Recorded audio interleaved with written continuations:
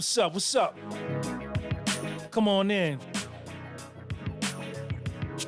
Like that beat right there. I know you do.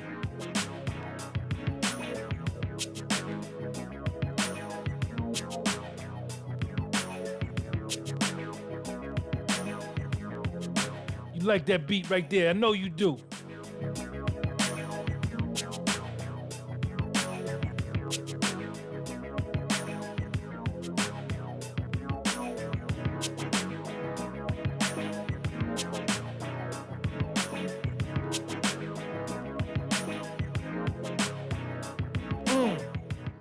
Shout out to everybody, man. Welcome to the podcast with Soul. Please subscribe when you come in. You understand? Dallas, Texas, I see you. Compliment King. Jamal, TC, Jamil got the wrench. Jamil got the wrench.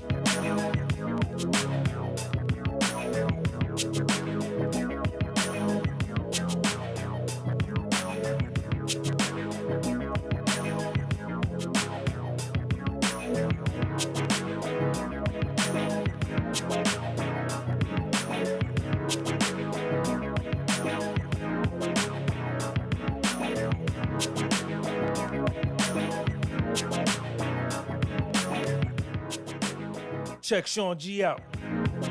Check me out, y'all. I know you like that beat right there. My new single coming soon.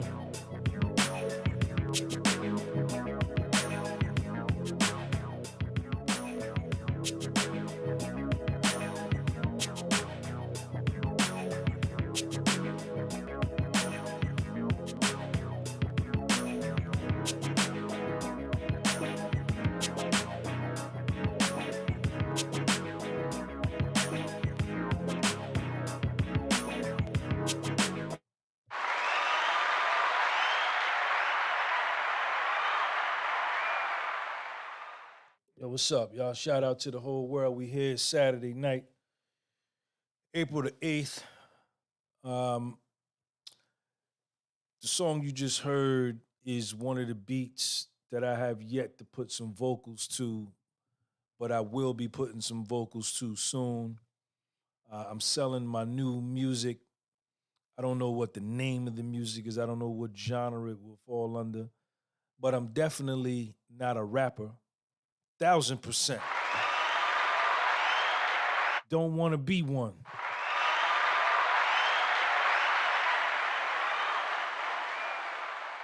I'm not an R&B singer. I'm not a classical singer. I don't sing country music. I don't know what it is that I do, but one thing I do know, that what I do is dope. I said astigmatism in my soul. Yes.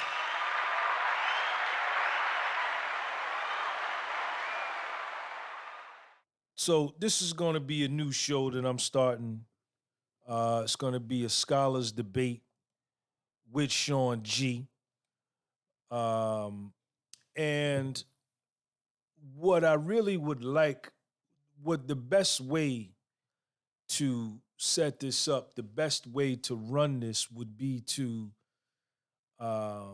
if I had some kind of split screen where I can bring another person on and that person and I can debate, whatever topic that we decide to throw out on the floor. But I don't think I'm able to do that. I know YouTube does have that new feature, but the person that you're bringing on the split screen has to have a YouTube channel themselves. So we're going to try it this way to start it off, and you guys tell me what you think. But tonight's topic, and what we're going to do is, the topic for tonight is, are foundational Black Americans different from all the other Black people located and indigenous to other parts of the world, and how? Hey, yo, man, this the podcast with Soul.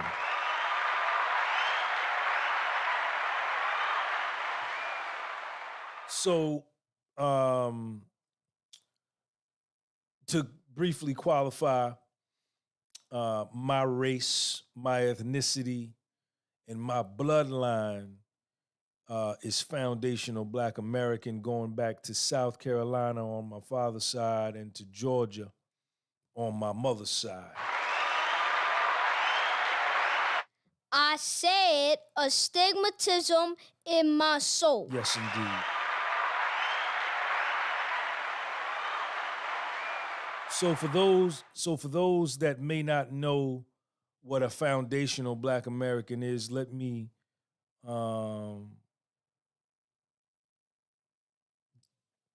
describe, define, whatever you want to say. A foundational Black American is a Black person who, although with Africoid type features in terms of complexion, melanin in their skin, Africoid type features, and their root ancestry, perhaps going back to Africa, the foundational Black American can trace his ancestry back to the slaves that were either already here in America when Christopher Columbus came. They greeted him here.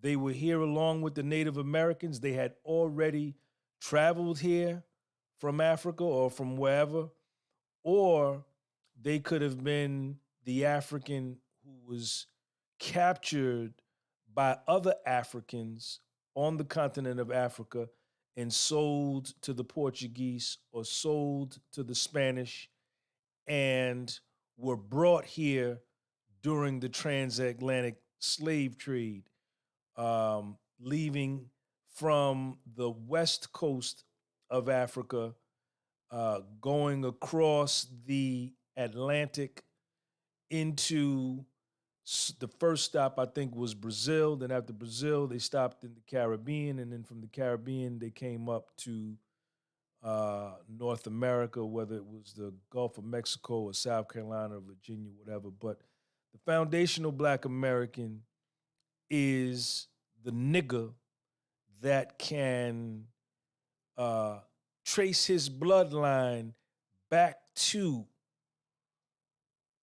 the South, the slaves that were brought here. And that would be those people. That's who I'm speaking of. And the question for all of us tonight, and we're going to deal with this. I'm going to take, I wish I can open up the phone lines. I probably could, but you would get some suckers who would call in and, act stupid. So I don't want to expose the scholarly debate that we're going to have to some buffoons.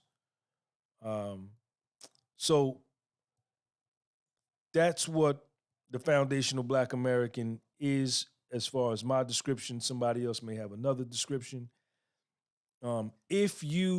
It does not, the fact that you were born here, the fact that you were born in America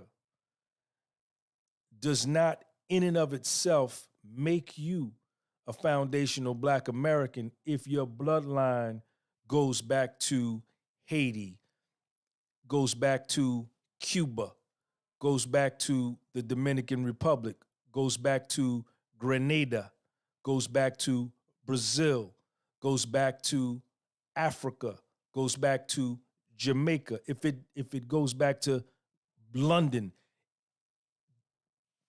the fact or the circumstance that you were born here, that does not make you a foundational Black American. A foundational Black American are the Blacks that were already here when the Europeans came, when Christopher Columbus came, or even before that, or the slaves that were captured in Africa by other Blacks and sold to the Dutch, the Portuguese, and the Spanish, and brought here to work involuntary servitude in slavery, and their bloodline goes back to America.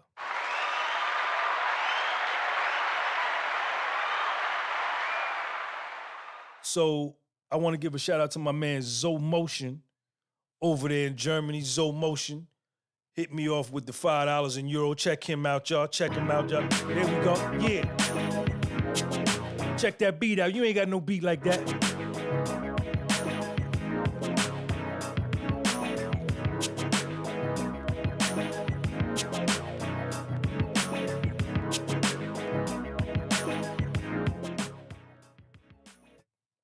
All right, so Zo Motion, thank you for the $5 euro. Zo Motion, do you have a comment? We're gonna start off with you first, Zo Motion. And let you take off on that. And let me see what you got to say. My nigga RH, check him out, y'all. Check him out, y'all. RH, thank you for that super chat.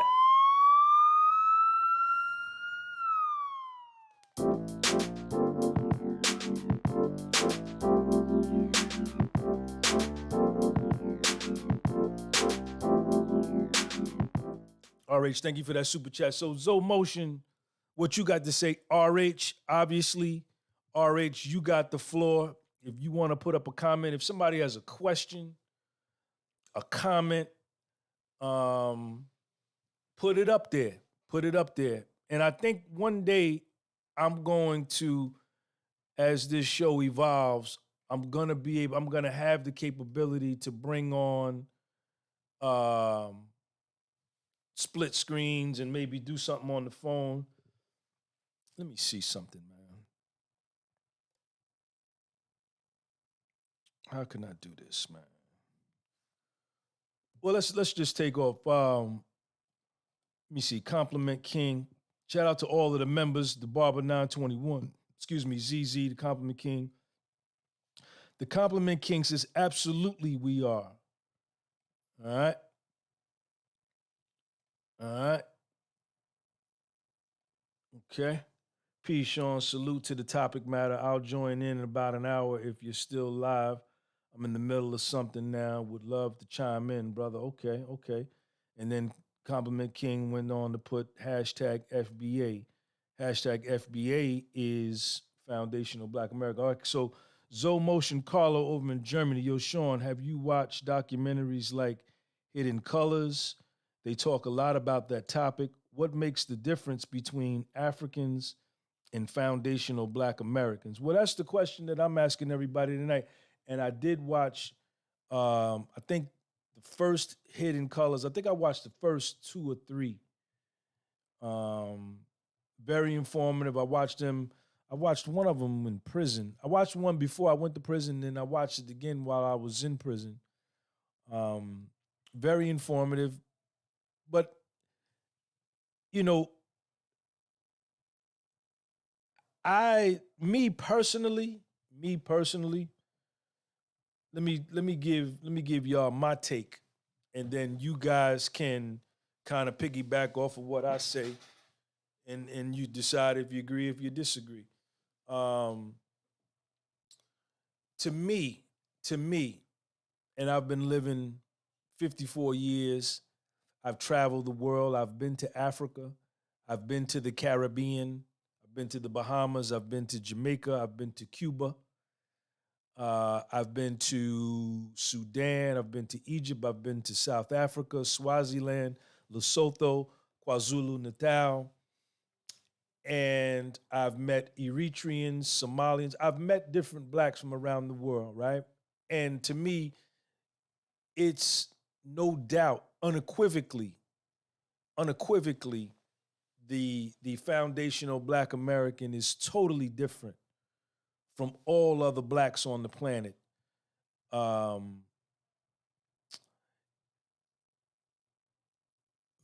Facial features, okay? Definitely language, definitely culture. And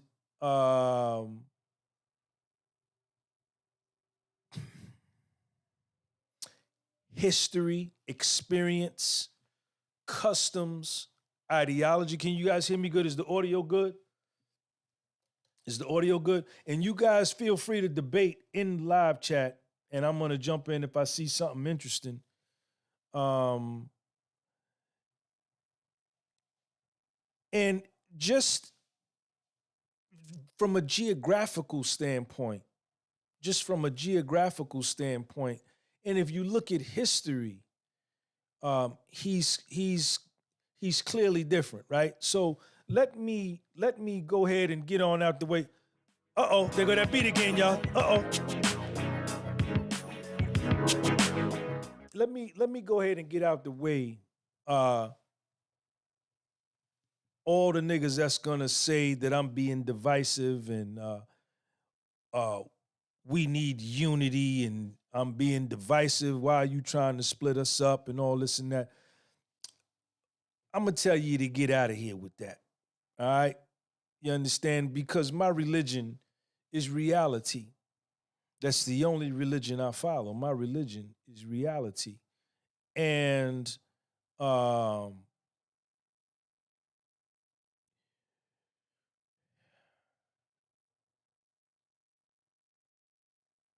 what I speak is truth, right? And I speak from my soul. What I say, I mean, right? And what I say, I can say it 2 or 3 times back to back because what I say, I speak from my heart and I speak from my soul. You understand? So I'm not being divisive. I'm not being disunity.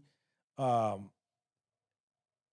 think that foundational Black Americans in and of themselves, the niggas from America, need unity amongst themselves before they can have any type of unity with another people, whether they be polka dot striped, brown, black, red, pink, blue, whatever color. That first, the foundational Black Americans needs to have unity amongst themselves, amongst himself, in order to get anywhere. So just get y'all on out the way. But as I was saying, we're clearly different. We're clearly different. You know, from the foods to the customs to the dance to the clothing to the physical features. I think the only thing in common that the foundational Black American has with other blacks around the world is just his skin tone. It's just his complexion. They both just have melanin. That's it. But besides that, I think that the nigga from America is a unique individual. T-Breeze. Life is like a movie and we in it and we in it. We on major league and we did it and we did it. It's all about that action. Keep it moving. Pursue your dreams. That's how you do it. T-Breeze, thank you for that super chat. Thank you, sir. The only thing we have in common is the fact that we have melanin, and that you probably may be able to trace our ancestry back to Africa hundreds and thousands of years ago. But if we're speaking about in the modern eon, right, or the modern epoch, right, get your dictionary out. You don't know what I'm talking about because I don't got time to explain to you. You understand?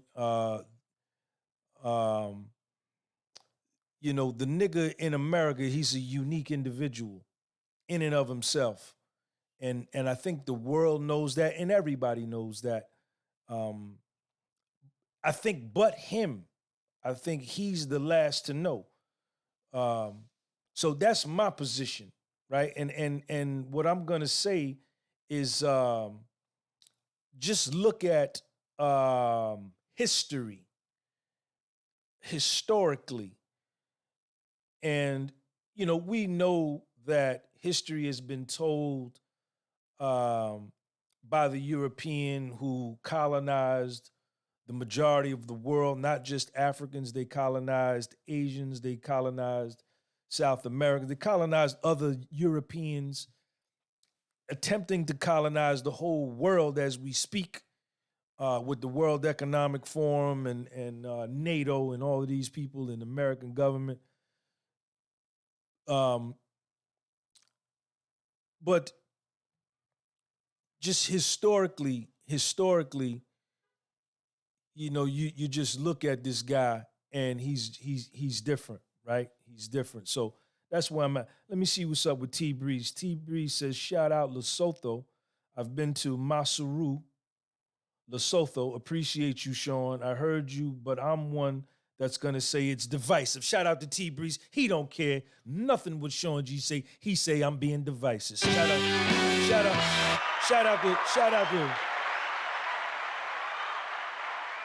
out to T Breeze. And T Breeze, I want to thank you for your super chat.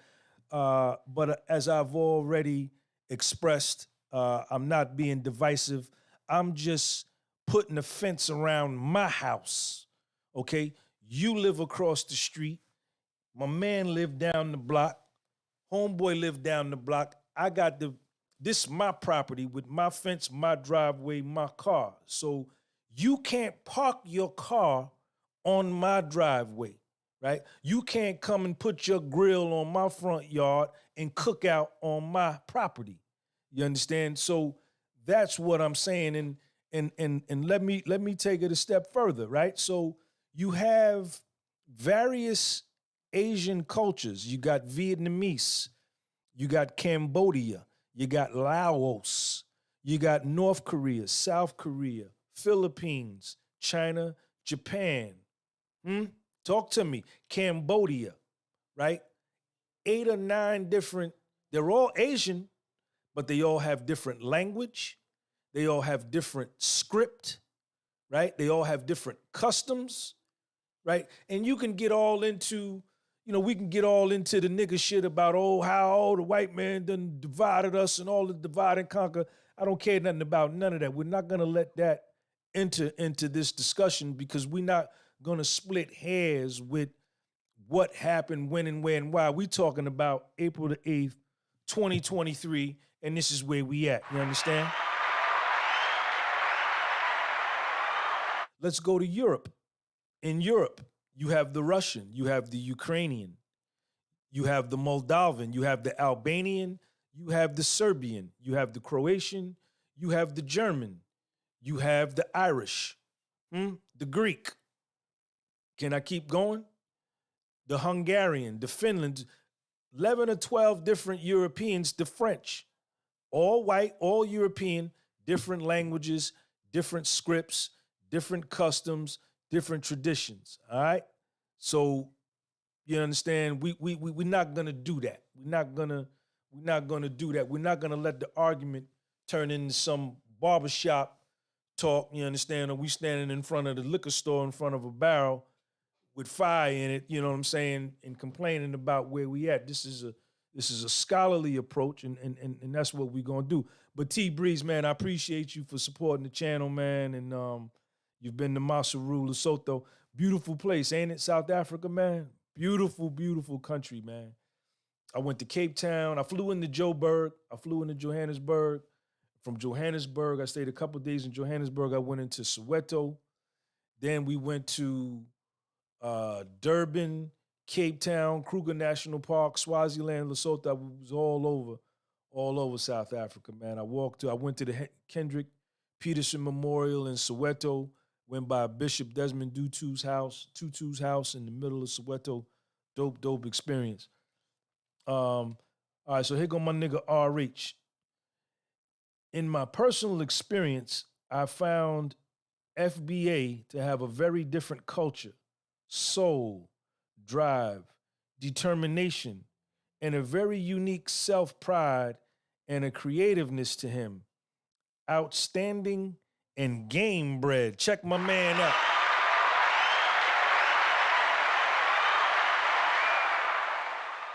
Now let's talk about what Riaz said. Hey, Sean.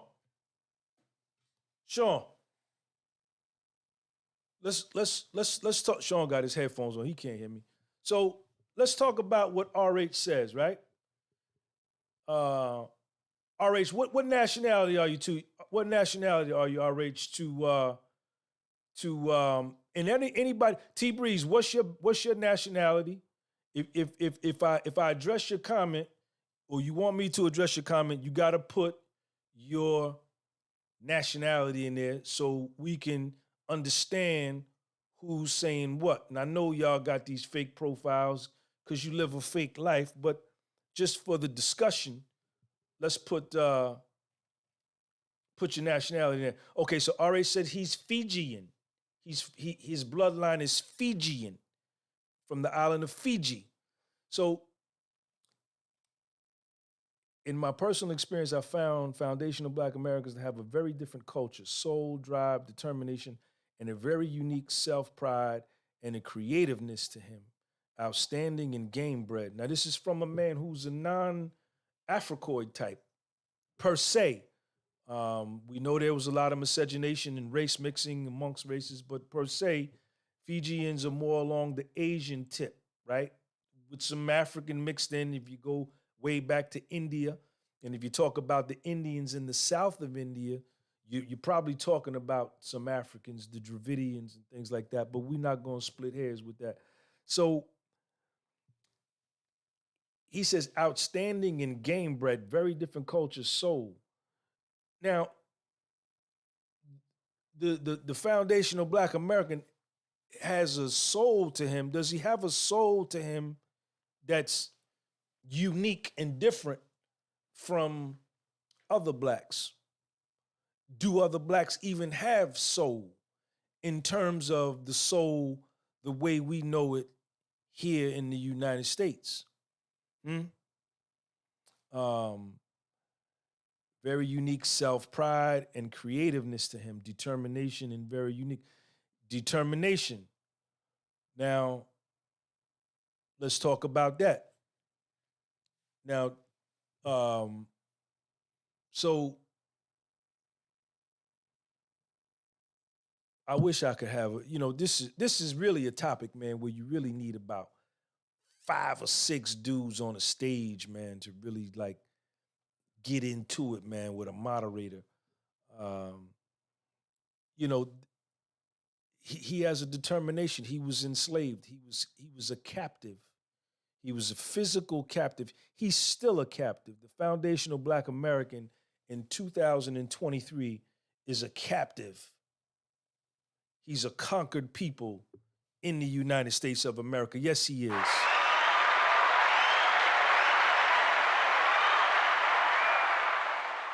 He's a conquered man. He's still a captive because he doesn't have his own right to his own self-determination, his own sovereign land, his own currency, his own military, his own leader. He doesn't have anything. He's like a bottle of juice in the refrigerator. There's a bunch of things in the refrigerator. He's just like a bottle of juice, right? But if you look at from whence he came, according to the story, having been in physical slavery, chattel, property, to where he is today, you have to give him credit that he made some great strides from where he started, right? In terms of slavery, okay? Now, the ones that were here before Columbus came, that were living here peacefully with the Native American, that's, we know they started there, but we're speaking about from whence he came as far as slavery, right? Look at where he came, right? So I guess that's the point where he's talking about the determination, a very unique self-pride, creativeness, outstanding, and game bred. Now let's talk about the game bred, right? So I think RH is saying game bred because the foundational Black American during slavery, he was bred like an animal, right? Check me out. Check me out. I said astigmatism in my soul. Don't you get scared and run from me. Don't you run from me. Hey, yo, man, this the podcast with soul. Don't you run from me. The foundational Black American during slavery was bred like an animal in order to create stronger, more durable, more productive slaves so the slave master can make more money, right? And, you would take a real strong male, diesel, cock diesel, you understand, built, with supreme genetics. And then they would put him out in the plantation with 15 other females, and his job was to mate, right? And produce and procreate other strong males or females like himself, right? So it was genetic breeding. So, and this could explain why foundational Black Americans are the greatest athletes in the world, right? This has to be examined. This is perhaps maybe why, just genetically, he ages better, the female ages better, they're genetically superior, they run faster, they're stronger than everybody on the planet. Everybody. You can go to Africa, you can go to Jamaica, you can go to Haiti, you can go to Dominican Republic, you go anywhere and find some blacks, and then you come and bring them, and they could be great at what they do, whatever they do, soccer, baseball, track, whatever, football. They could be good where they at, but then you bring them and put them on the field with a nigga, a foundational Black American nigga, and the nigga gonna make him look like he a little boy. Life is like a movie and we in it and we in it. We all made the league and we did it and we did it. It's all about that action, keep it moving, pursue your dreams, that's how you do it. Yeah. Life is like a movie and we in it and we in it. We all made the league and we did it and we did it. It's all about that action, keep it moving, pursue your dreams, that's how you do it. Yeah. It all starts with a statement. Next step is visualization. Step 3, continue affirmation. And this came from, and see, I can take this story. This is a part of my life. This is a part of my life. And I'm gonna tell y'all this story right here, right now, so that you know how close this is to me. Now, on my father's side, right, going back to South Carolina, Bennettsville, South Carolina, Marlborough County, down there by Clio, Dunbar, Bennettsville, Hartsville, Laurinburg, North Carolina, Sumter, the Big DM, all of that. My elders in my family traced back our bloodline to a slave around the early 19th century, the early 1800s. It was a black slave called Killis Wright. Killis Wright, Killis Wright, Wright. He was on the gallows pole getting ready to get hung. He had did something, and his white slave master, decided to hang him. This is a true story. This is my life. I said astigmatism in my soul. And I'm not scared of none of y'all because I don't care, right? I ain't scared of none of y'all, right? My self-acceptance is true. That's why I love me the way I do. Killis Wright was getting ready to get hung by his slave master. Another white slave master came along and saw him and said, yo, what's up with him? They said, well, we finna hang him. And the white slave master said, no, don't hang him. I want to buy him.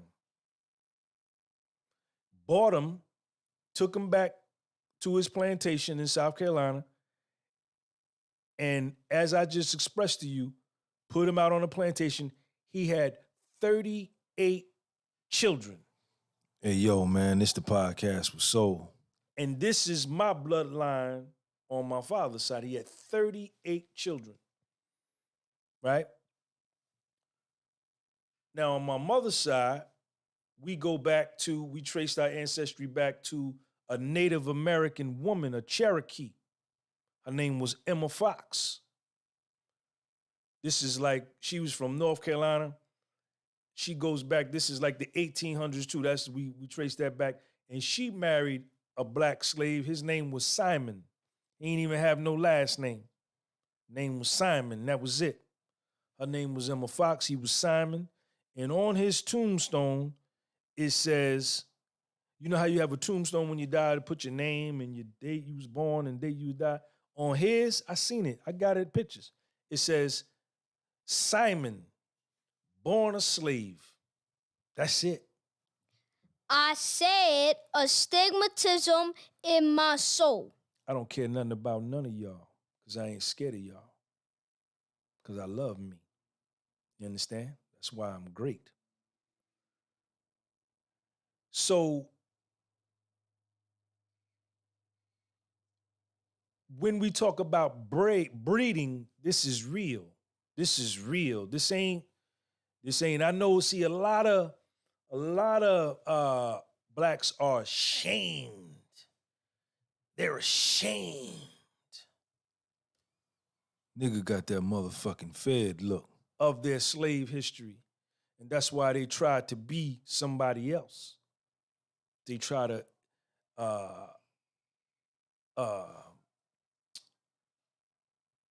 assimilate with other cultures because they're ashamed that they were slaves. And it's, you know, and I was there as a youth. I was there. I was ashamed of being black too, growing up, because I said, damn, look at what did we do? We didn't do nothing. What did we do? Damn, what did we didn't do nothing. We was just slaves, that was it. But those were lies told with the intent to control the dome. Once you can control the dome, then you got the body. Control the head and the body will follow. I said astigmatism in my soul. That's why pimps are so powerful. And you wonder, like, how can a pimp control 12 women? Because he got a head. You control the dome, the body gonna follow. You understand? I said astigmatism in my soul. So this is going back to RH's there go my nigga Ray 1391 just joined the Soul Globe.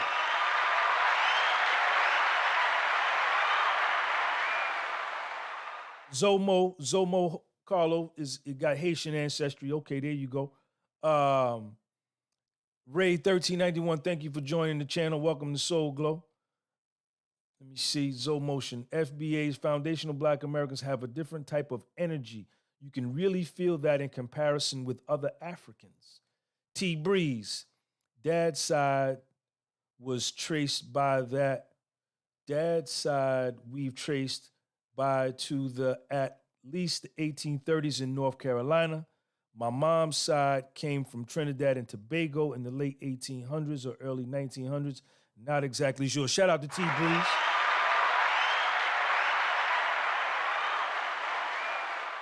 And Born 360 makes a good point. In the 1980s, there used to be a sports commentator called Jimmy the Greek.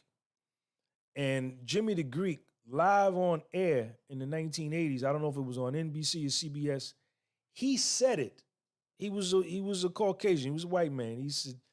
He said blacks that were slaves here were genetically bred. They were bred like animals, and this is why they are athletically superior to everybody else on the planet. Because anybody that's bred pit bulls, game dogs, anybody that's bred horses in Kentucky, you know, horse breeders in Lexington, Kentucky, they find a horse that wins the Triple Crown, he wins the Kentucky Derby, he wins the something stakes.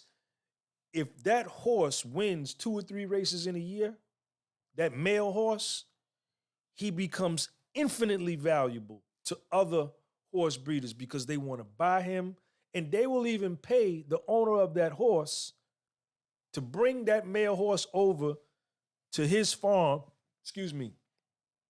when his female horses go into estrus, or go into heat, as we say, but it's really called estrus, so that when these female horses go into mating season, they want that male horse to impregnate They may have 7 female horses that they want him to impregnate all of them.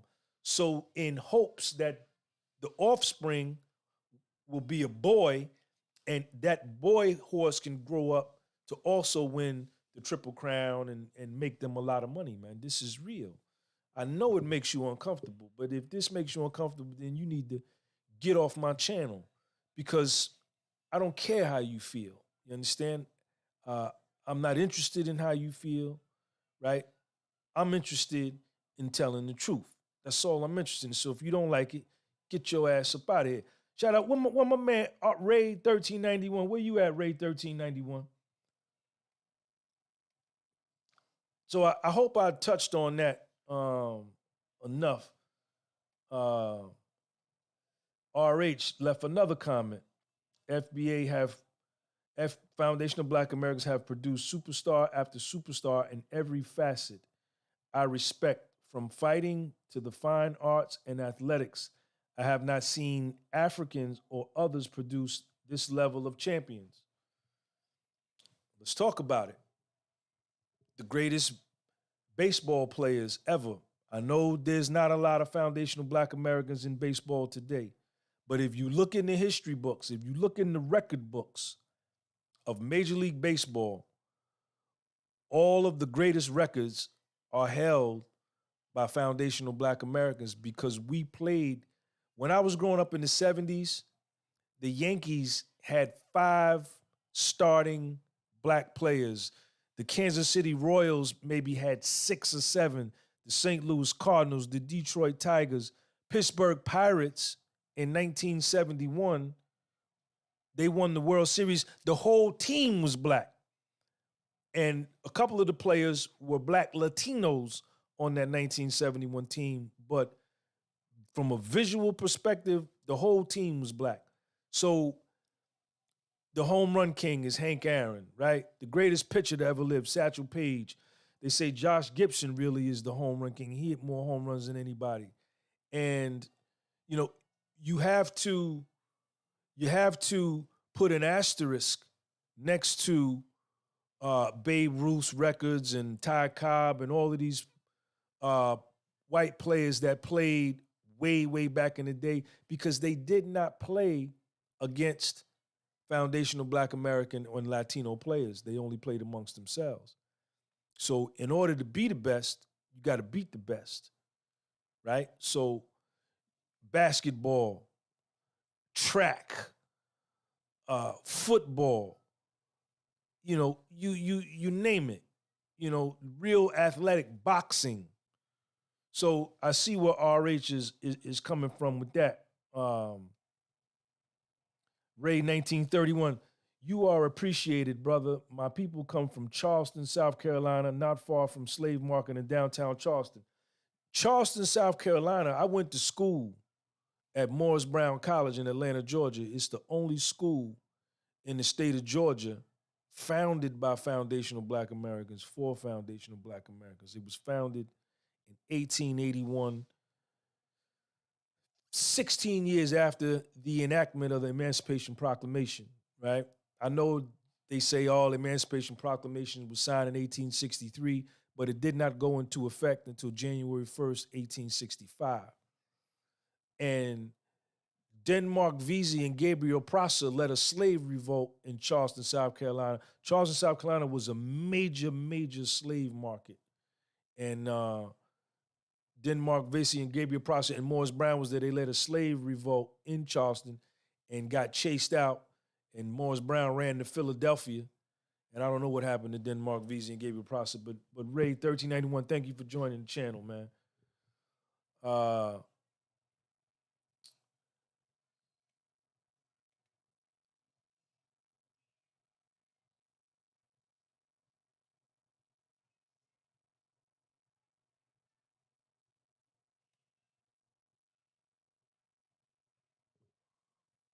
Okay, so I got Modu Drame. What's up? Shout out to Modu. Modu says Africa doesn't have the same athletic programs. Modu Drame says most explosive athletes on earth have traces from the bi-African coast of West Africa. Hugo Boss with a fake profile name, Africans don't grow up playing these sports, though FBAs have an advantage. Well, Africans grow up playing soccer, and y'all can't win a World Cup. Why? Why? 2 billion Africans on the continent of Africa. Every time the World Cup comes up every 4 years, all Africans teams knocked out in the first or second round. You never see them advance. And I think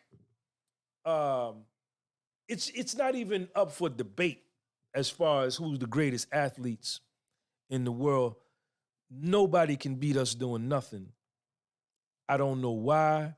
I don't know if it's, genetically bred like animals to be superior genetically, or we just have an attitude about us that we just not gonna let nobody beat us because we've always, everybody's always cheated when it came to playing us. We were always held back. And whenever we've had a chance to compete with anybody on a one-on-one, we just make up our minds that we just gonna dominate, right? And maybe that, I don't know. Let me ask y'all this. Do you think, and they say Modou Dramé says France is a team Africa, this is well-known fact. They won the World Cup. Okay, they got a lot of blacks. Do you think, let me ask this question, I'm gonna throw this out. If niggas from America played soccer, answer me this, man. Do you think if you took 15, because we don't play soccer, right? But if we learned to play soccer, if you took, say, 15 8-year-olds, right? Or they could even be older. You could make them 11. 15, 11-year-olds, and you lock them up and you let them train soccer for 4 years straight, right? Or you could, and all they did was play soccer, or they grew up playing soccer. Do you think Argentina, France, Nigeria, Uruguay, all these teams that make it, Britain, Germany, do you think any team in the world would be able to beat some niggas playing soccer, man? Answer me, man.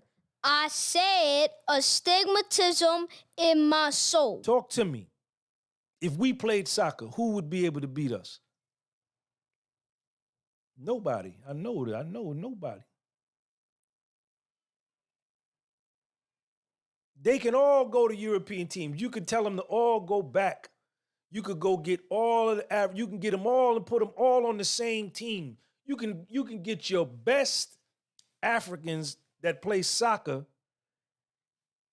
and I'll get the best niggas from America to play soccer, and y'all wouldn't have a chance. Nobody would. Nobody would. Not Brazil.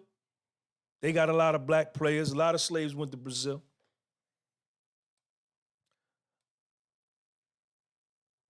But what else? What else about the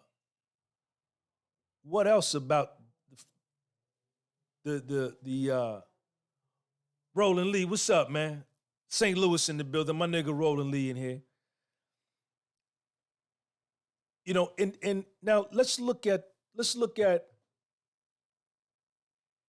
nigga politically, what he's done politically to advance his cause on this country, in America. A lot of slave revolts going back.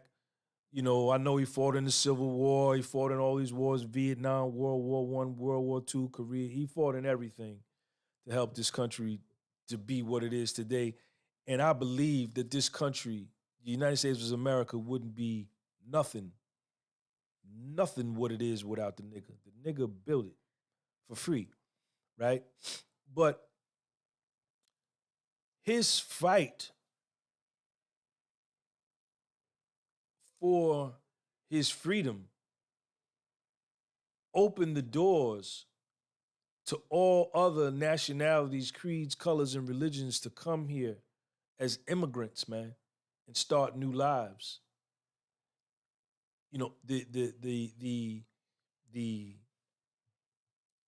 mental attitude, right? The determination, the fortitude, the pressing against adversity, dying, shedding his blood. Hmm? Hmm? And the people that he has produced, the leaders that he produced, are revered all over the world like nobody else. Why? Why? Why is America the superpower that it is? Why?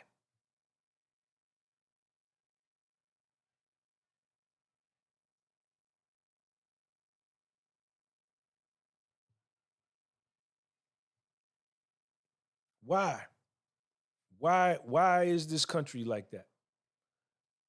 And it's only 40 million of us. It's only 40 million. It's only 40 million of us. And most of our men are in prison, right? So we're a small number. We make up less than, well, we make up 11% of the population here, 12%. The least amount of slaves, the most slaves that were taken from Africa went to Brazil. Brazil has more Africoid type people than any country in the world except Nigeria. Brazil has more black people than 53 other countries on the continent of Africa. That's how many slaves went there. I went to Brazil. I saw the slave dungeons. The next amount went to the Caribbean. The smallest amount of slaves came to America, only 40 million. But look at what we did. Let me check out the Barber 921. I'm Puerto Rican and proud of it. But in my opinion, blacks from America are different. I believe the big man upstairs blessed them because everything they touch, they are naturally good at. And if they work hard at a special thing, most likely they will become champion, in my opinion. Shout out to Barber 921. Barber 921, thank you for joining the channel for the membership. The members are the ones that got the green name in the chat, so I always show them love because they pay $10 a month to be a part of this thing. Roland Lee, you got something to say out of St. Louis? Shout out to my nigga RH for another super chat.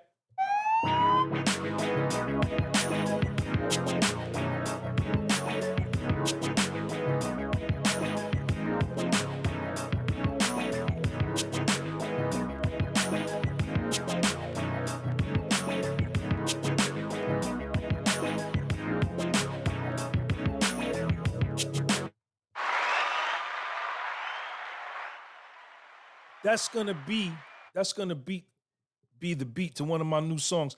Everybody go right here and buy my song. There go my song right there. No, that ain't my song. Bad information. Bad information. Bad information. Copy. Bad information. Paste. There go my song right there. Remove. Let me remove that joint. Here go my song right here. Go buy my song. I got 3 of them up there. Go buy them all. All right, so RH, thank you for that super chat. Shout out to you, Sean G. What a great topic. Foundational Black Americans are the greatest people.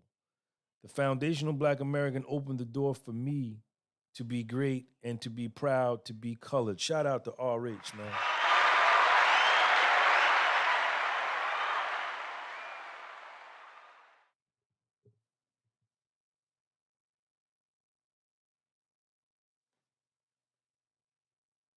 Roland Lee, nothing to say at this time, but I agree on the Black Foundational American. Okay. Shout out to Roland Lee, St. Louis in the building.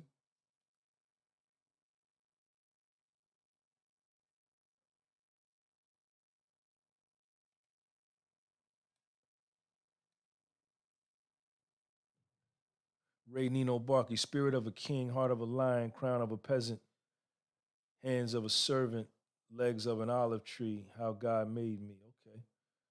Okay. And you know, this isn't, you know, I'm not trying to run down, I don't want to run down on any people.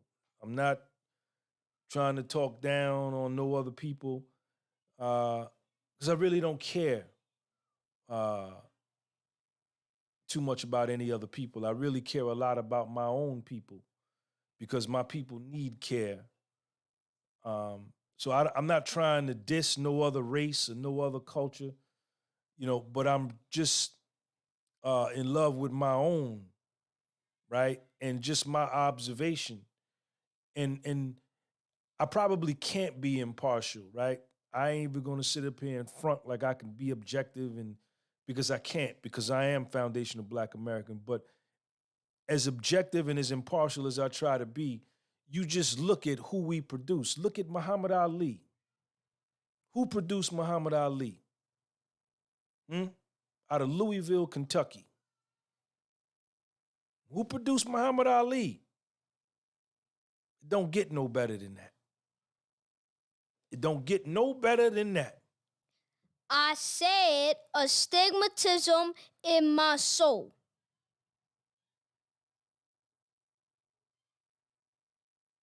I'm gonna let you meditate on that. All of y'all, everybody in the world, even every one of them white dudes in the World Economic Forum, the 1% elite, all them dudes that go to Davos and that are plotting the world, and all the leaders, Xi Jinping, Vladimir Putin, Biden, Trump, all of them, everywhere in Africa, everywhere in Asia, everywhere in the world, everybody sits back. And when they watch Muhammad Ali, they look at him almost like a god, man. I said astigmatism in my soul.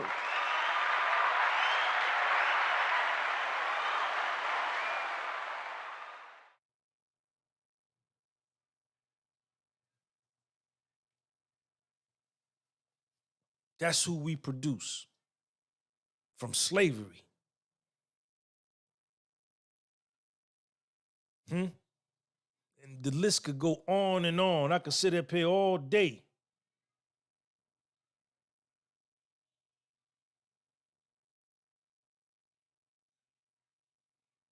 Michael Jackson, Gary, Indiana, right outside of Chicago.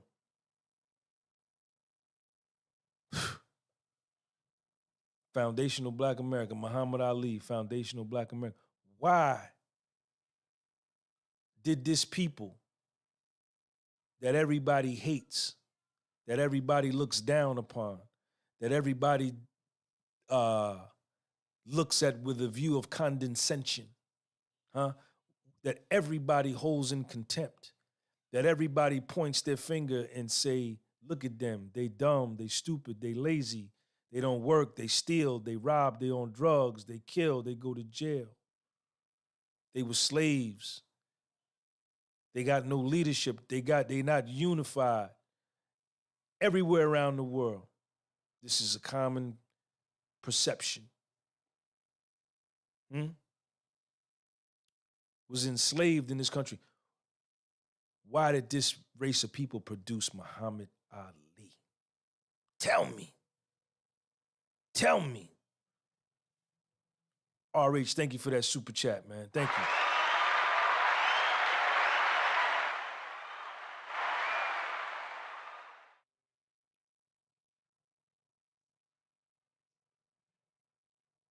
Don't run from it. Don't you run from me.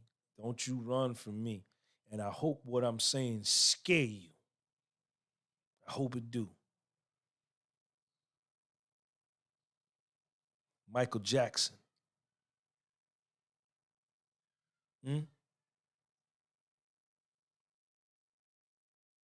Stevie Wonder.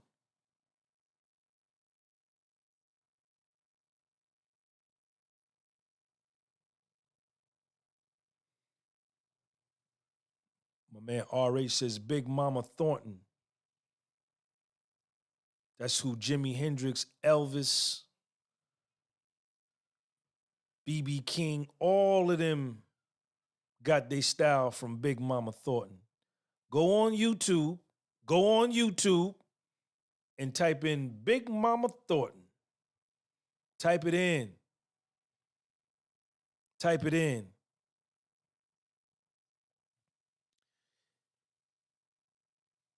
Could it be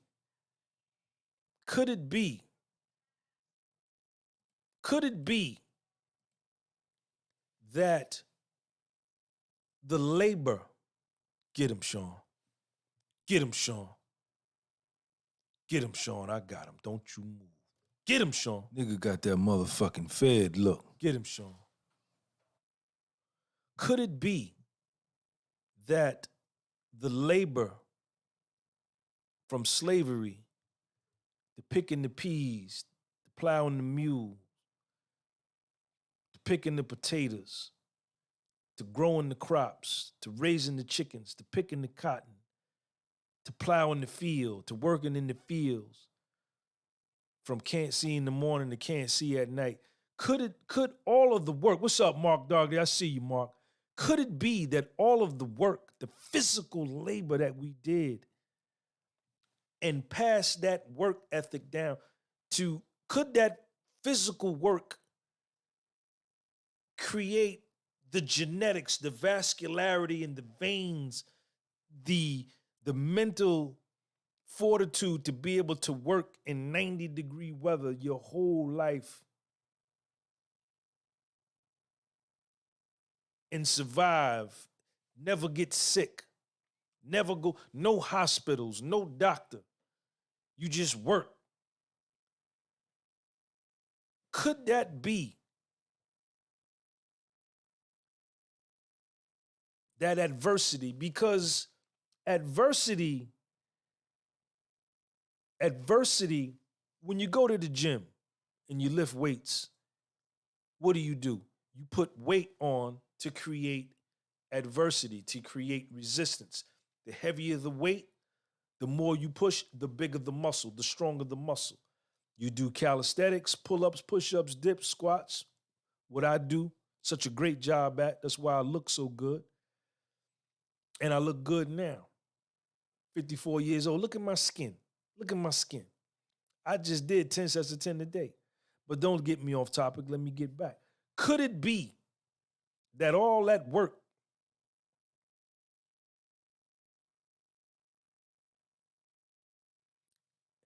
because you got to be mentally strong to endure that, man.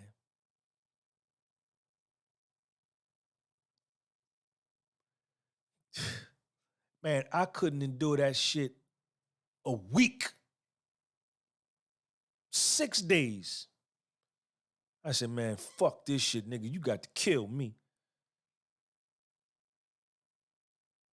Imagine a month, 4 months, 9 months, working, free,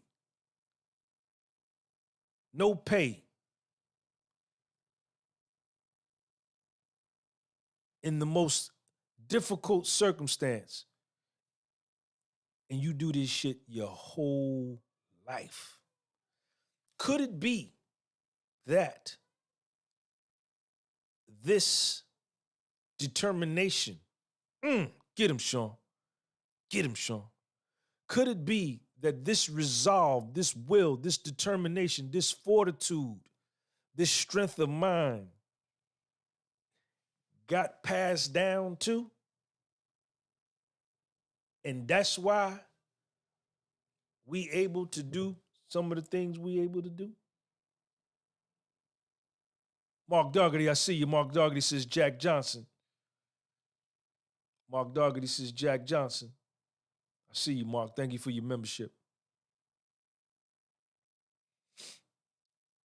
Go watch CNN. If this is too much for you, get your ass off my channel and go watch somebody that lie to you. Go, bye, bye, bye, bye. I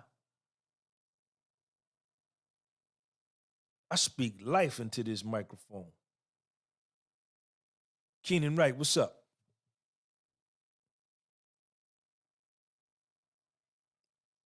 I speak life into this microphone.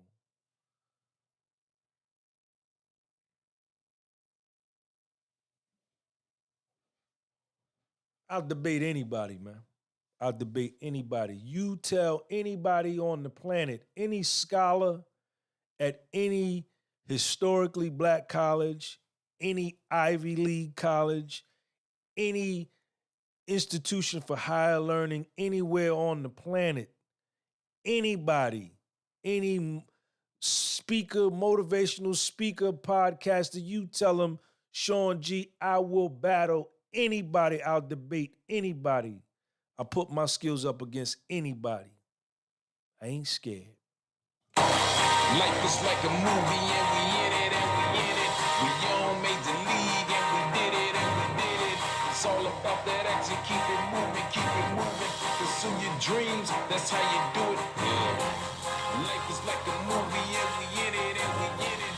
We all made the league and we did it and we did it. It's all about that action, keep it moving, pursue your dreams, that's how you do it. Yeah. It all starts with a statement. Next step is visualization. Step 3, continue affirmations. Accompanied by faith, all based in action, moving in the direction of the damn thing.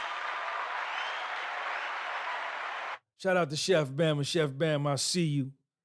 Troy Enterprises LLC is in the building. Bought the hoodie with soul.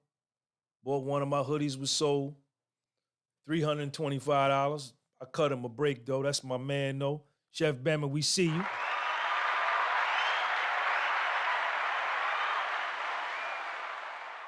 Thank you for your support, too, Chef, man. When I come down to where you at, we're going to catch up. So that's where I'm at, man. That's where I'm at, man. John Pete, this is the problem. People don't know how to deal with true. Instead, they come with excuses. How you put a song on stream to make a sale.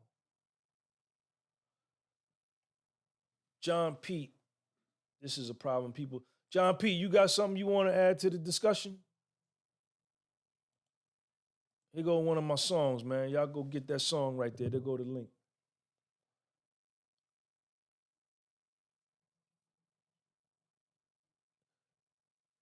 Let me ask y'all this. In what ways do you see the differences? Are there differences between blacks from Africa and blacks from the Caribbean? Are there differences between blacks from Europe, London, and blacks from the Caribbean? John P says, I agree with you all the way.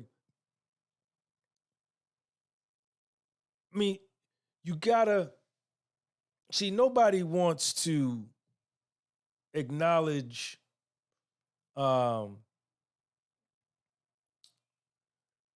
see, amongst the black race, we all want to say we all the same.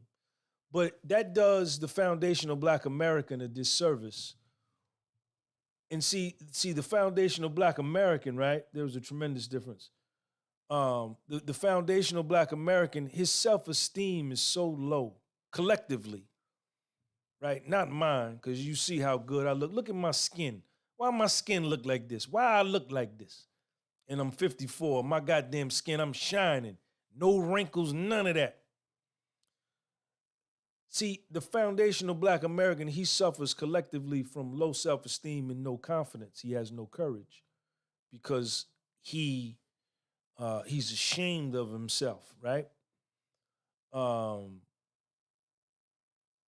So he's always looking for a friend instead of looking to himself for his friendship.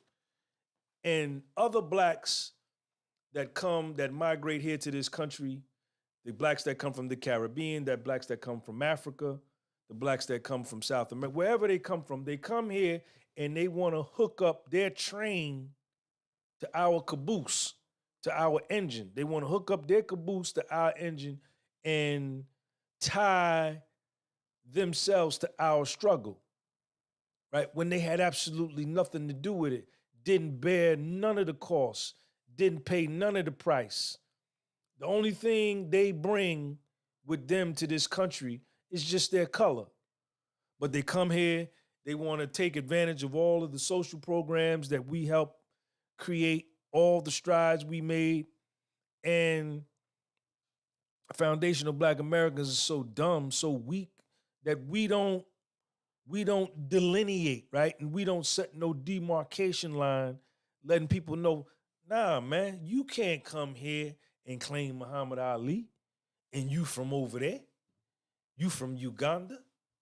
You know, you can't come here and claim the Black Panther Party or the civil rights struggle, Dr. King and Malcolm X, all these people that spilt their life and spilled their blood and gave their life, and you just got here from Haiti, you know, or from Trinidad, Tobago, or from Guyana, or from London, or from Jamaica, or from Haiti, or from Cuba, or Dominican.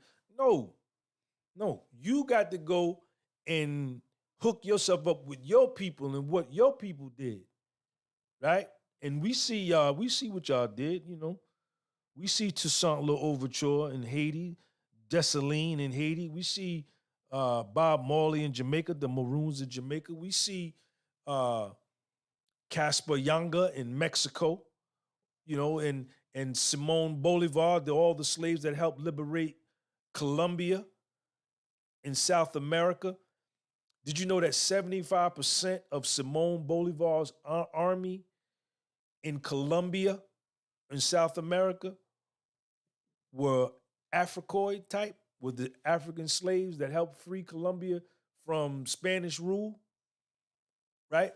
But y'all got to have your own thing. You know, I can't claim Bob Marley, right? I can't claim Toussaint L'Ouverture. Them ain't my people, right? Jamaica is right now is suing England for reparations, right? Jamaica is taking England to court for reparations for the slavery of Jamaicans, the colonization.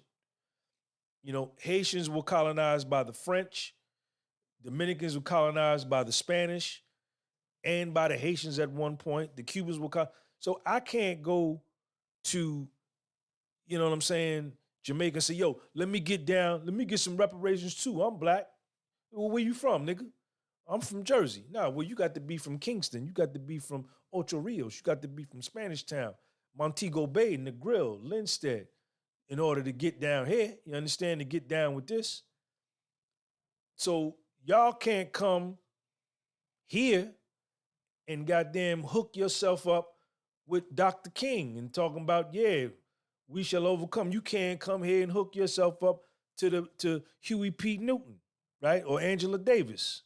You can't do it. I won't allow it. You understand? I'm going to call you out on it and say, nah, nigga, you got to go over there. Where you from? All right, well, you got to go over there by your people. There ain't no diss. We ain't the same. No, we ain't. No, we ain't. No, we ain't. No, we ain't. No, we ain't. No, we ain't. No, we ain't. We ain't the same.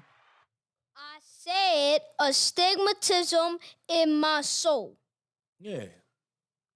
We got different cultures. We eat different food. We dance different. Everything we do is different. We look at this world different. All the thing we share is that you got melanin and I got melanin. You understand? And you ain't my brother. You like a cousin. You understand? No. I can't be unified with you, and I'm not even unified with my own people. Chef Bama, don't laugh at him, Chef Bama. Don't laugh at him. Chef Bama laughing at y'all. Let me put some music on. Where my other music at, man? Where my music at? Let me put the other pad on. Let me see what's going on here, man. Hold on. You know, everybody, and see, foundational Black Americans are so weak.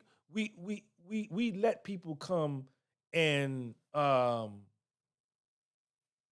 hijack our culture, right? And we don't protect it. Maybe it's something wrong with us, right? Or maybe we just don't care. right? Or maybe we God's children. Maybe the foundation of Black American is God's children. Because we ain't got no protection from we ain't got no military, we ain't got no president, we ain't got no leadership, we got no currency, we got no central bank, we ain't got nothing, man. But hope somebody look out for us, man. That's all we got.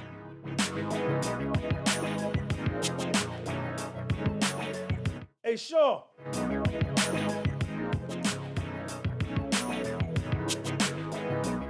This gonna be my new song right here. Y'all go buy my new song.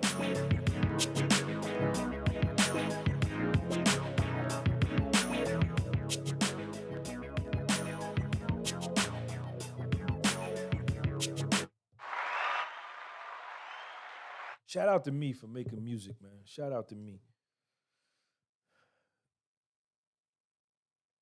John P. says, if you take away foundational Black Americans, the American collapse, the economy, the world listening. Okay.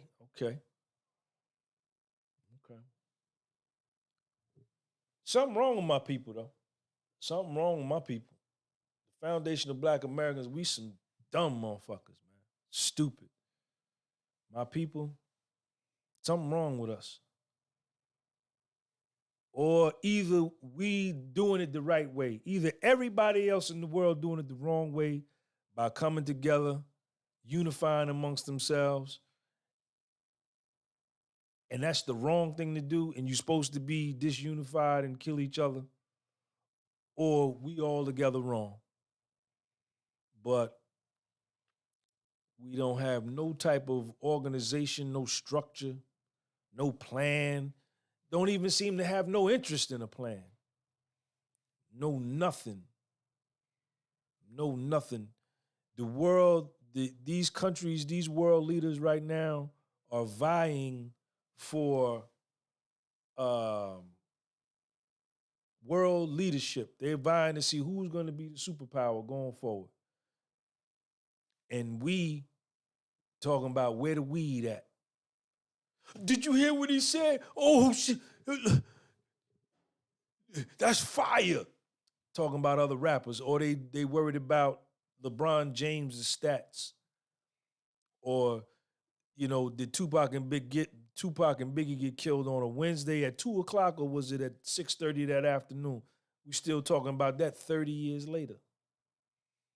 So I don't know what's wrong. I don't know what's wrong with us. Only thing that can probably save us is God, man. We got to be God's people. Because look at what we do. We don't do nothing. In my opinion, from what I see. RH says, I would be offended if someone was dressing and talking and passing themselves off as a Fijian. Yet this goes on every day to the foundation of Black American from all people.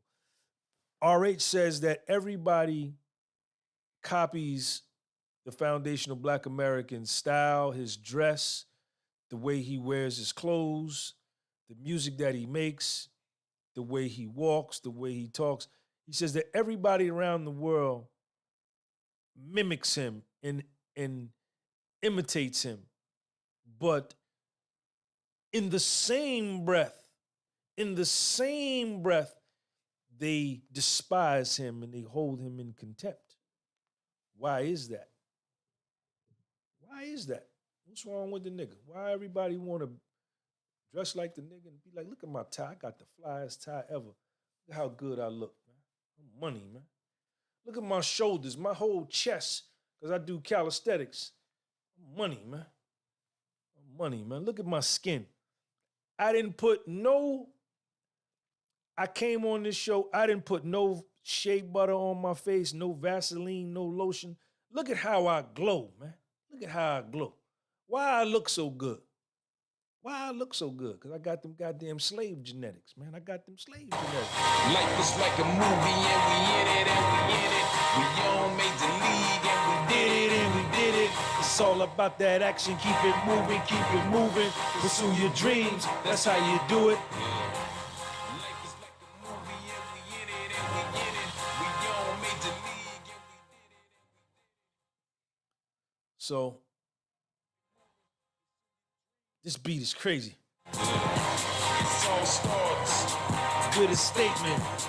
Next step is visualization. Step 3, continue affirmations accompanied by faith, all based in action, moving in the direction of the damn thing. Don't let nothing get in your way doing your damn thing. When it seems like all this failed, keep your mind. So that's it, man.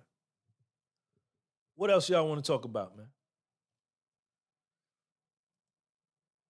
What else y'all want to talk about, man? Shout out to everybody. RH, man, thank you for all the super chats. My nigga RH always support me, man.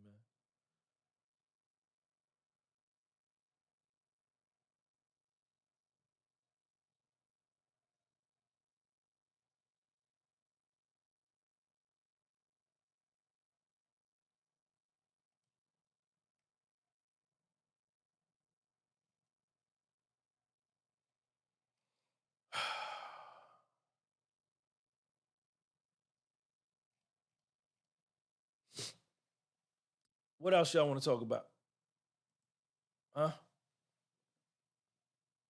What about the other blacks that come here? Not all.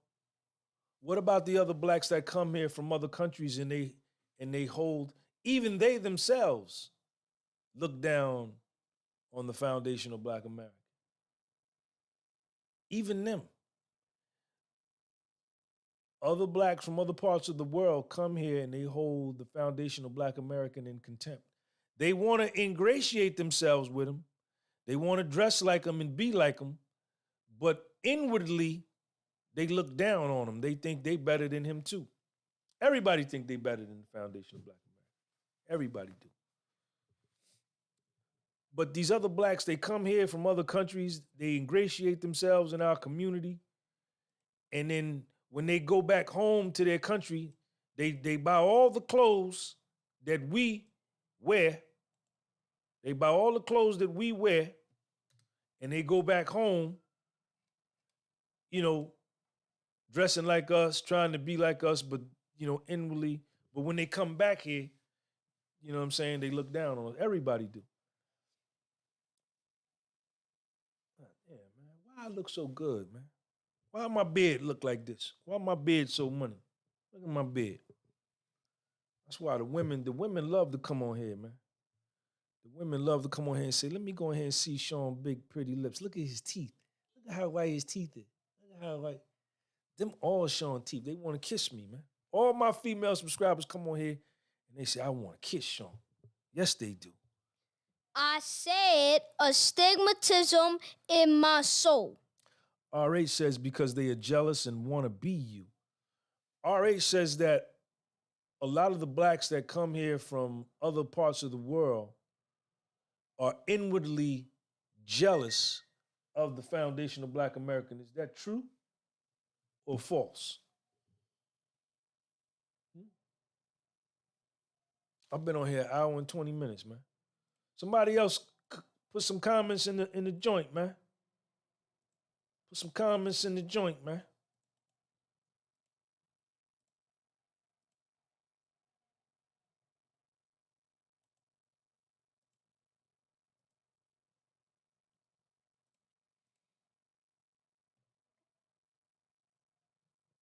Cedric Webb says it's true. Clark Lawrence says it's false.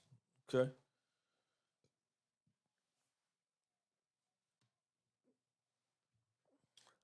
But me personally, I don't think anybody better than me.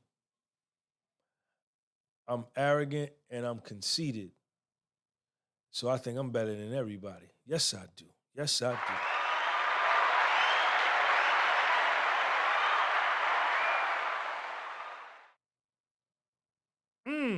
I wonder if it's, somebody made a good comment. I wonder if it's fear. I wonder if it's due to the fear of being looked down upon themselves. Very true. Might be. But I think I'm better than all y'all. How many of y'all in this room right now? I think it's 65. Let me see how many people in here. It's 66 people in here. I'm better than all 66 of y'all. I'm better than everybody in the world. I'm the best. I'm the best. I'm the best. I don't want to be nobody else. I don't want to be nobody else. If God says, Sean, I'll give you a chance, man. You can go back and live your life over again, man, and you can be a Saudi prince or a white lawyer, Jewish lawyer, or white president, or a rich Chinese mogul, or an African king in Africa, or, you could pick whatever you want to be. I say, man, fuck that. Make me a nigga all over again, man. Life is like a movie and we in it and we in it. We all made the league and we did it and we did it. It's all about that action, keep it moving, pursue your dreams, that's how you do it. Yeah. Life is like a movie and we in it and we in it. We all made the league and we did it and we did it. It's all about that action, keep it moving, pursue your dreams, that's how you do it. Yeah. It all starts with a statement. Next step is visualization. Step 3, continue affirmations, accompanied by faith, all based in action, moving in the direction of the damn thing. Don't let nothing get in your way doing your damn thing. When it seems like all this failed, keep your mind from. So that's how I feel, man. That's how I feel.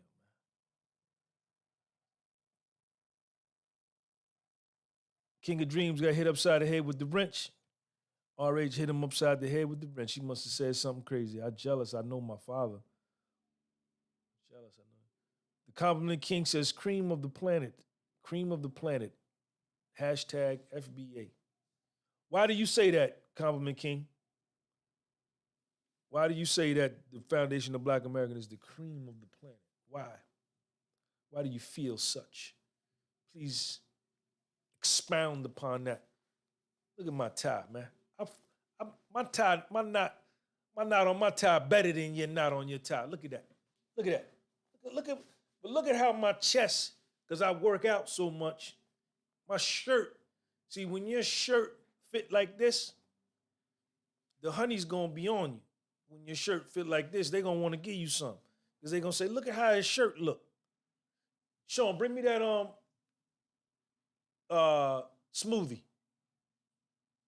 Put it in the bullet, spin it up a little bit, and then bring it. How you doing? You want to say what's up to the people? Check them out, y'all.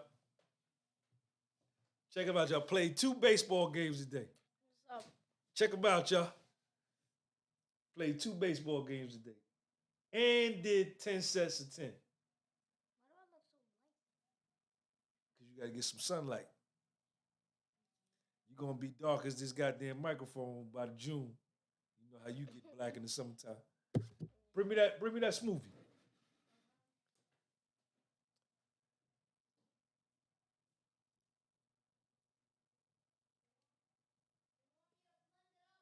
Yeah, blend it up a little bit.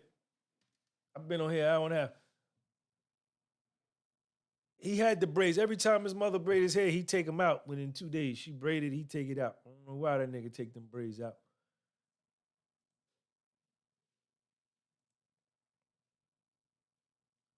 The Compliment King, why do you said that the cream of the planet? Why are Foundational Black Americans the cream of the planet? You know, I'm gonna make you, if you say something on this channel, I'm gonna make you express yourself. But listen, this is what I want y'all to do. I want y'all to go tell every scholar in the world, wherever he may be, that Sean G said he the best, and I'll debate any of them. That's good, Sean. Don't blend it up no more.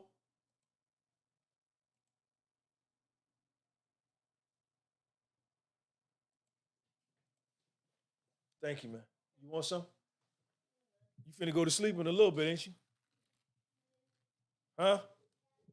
You tired, right? We got up at 6 o'clock this morning. I responded, look at the chat. Okay, you must have said something early before.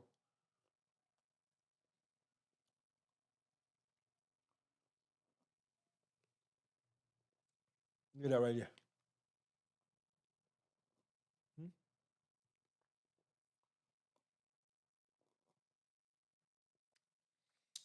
My smoothie tastes better than your smoothie. My smoothie better than your smoothie.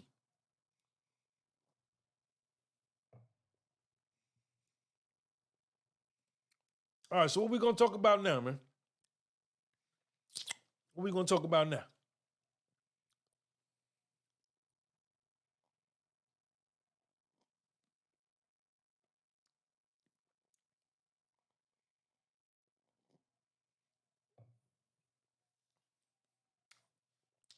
My smoothie the best.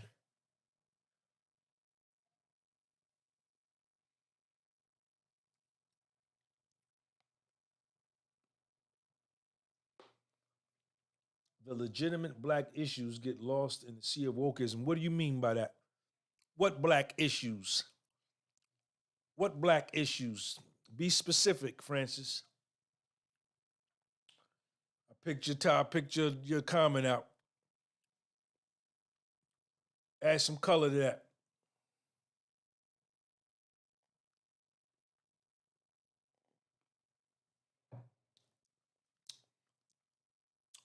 We got a topic about our foundational Black American. Wayne Gaines, what's up, man?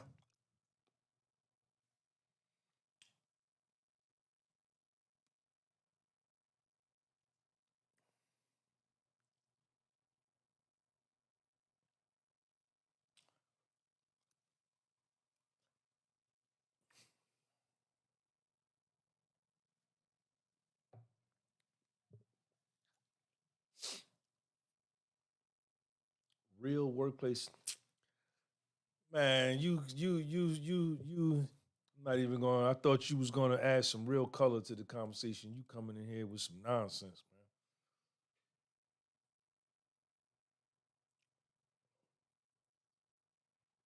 We talking about our foundational Black Americans different from other Black. We didn't had a deep discussion. The Compliment King talking about the Yankees winning the World Series, and you talking about some discrimination in the workplace, man. Knock it off, man. Compliment King, I done been on your channel, man. You talk about way deeper stuff than that. For you to bring that topic up about the Yankees, man, come on, man. This is a scholarly debate, man. We don't care nothing about no goddamn Yankees. Everybody go on YouTube and follow my man, the Compliment King, his YouTube channel, man. He do a lot of dope lives.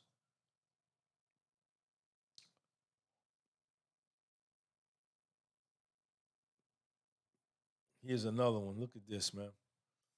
Y'all gonna make me block you, man. Y'all gonna make me block you. Talking about that stupid ass shit. Where are the men's? We need some men in here to talk about some real men issues, what we've been talking about for the last hour and 33 minutes. If you scared, get off my channel.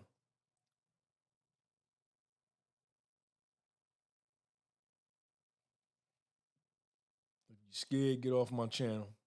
I don't want you on here. Otherwise, I'm finna get off.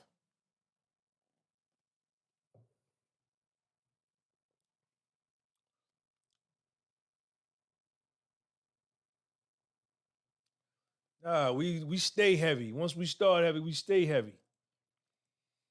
All right, RH asked me a question. As an FBA has an unreal inner resolve, unlike any other I have seen. The foundational Black American has an inner resolve,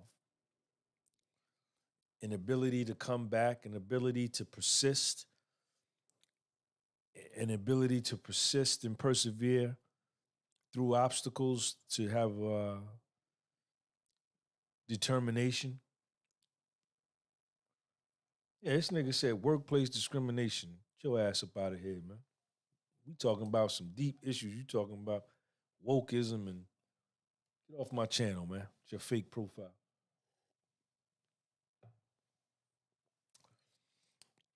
Well, RH, maybe the nigga, because he been through so much, maybe that's what gives him his resolve. Maybe these are the gifts that God gave him. if there is a God, do you believe in God? Maybe, maybe, maybe, maybe the foundation, maybe the nigga had to go through slavery in order to be a better human being. Maybe he had to suffer. Because why is he so forgiving? He don't even want no revenge. He don't even want no revenge. What's wrong with, I don't know what's up with the nigga, man. Maybe God is using him as a model example of what everybody's supposed to be. Maybe he's an example of persistence and perseverance and fortitude and determination. Compliment King say he too forgiving. Why my skin shining like this? Why I'm glowing like this? This to my female subscribers. No dudes. Don't answer me back. No dudes. We don't do that. All my female subscribers, I'm asking y'all a question. Why my lips look so good and why my skin so clean like this? And tell any scholar in the world, I'll debate him anywhere, anytime, any place. Any motivational speaker, and I'm talking to anybody and everybody. All 8 billion people, even all 60 of y'all in here. I don't like none of y'all. I don't like nobody. I don't like no human beings. Y'all all liars. You're all liars. I don't like none of y'all. I just like me. And Lil Sean. That's it. I don't like nobody. I don't want no friends. I don't need no friends. I don't need no more friends. I got my friends. Y'all want to be my friend now because I'm on YouTube and this and that. Neuroplasticity will get us the victory. Okay. Neuroplasticity is something to do with the brain. I remember I looked that up about 9 years ago. I can't remember exactly what the definition is, but I know it's something about the brain. When a traumatic event happens, the brain gets altered and it's shaped. Neuroplasticity.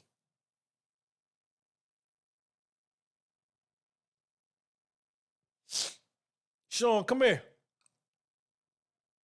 Sean, come here.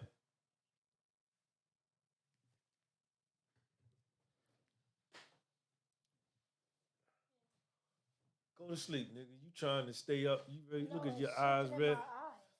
This is the only two people I like in the world. I don't like nobody else. So this is the only friend I need. I don't need no more friends. You took your shower? You hungry? You want some cereal? How many baseball games you played today? What positions you played in the first game? Second, third, and center, and then I pitched. What about in the second game? That was in Staten Island too. We drove all the way to Staten Island. Yeah, and in the second game I played shortstop and I pitched. Look at him, y'all. What'd you do after the second game? Where did we go? We worked out. How many sets of pull-ups did you do? 10. How many reps? 7. How many push-up sets? 10 out of 10. So 100 push-ups and 70 pull-ups? Yeah. Go get your ass in the bed. You know you tired. Ain't nobody call you to play no games? You gonna take a shower? You took one already? That's it. The only people I like.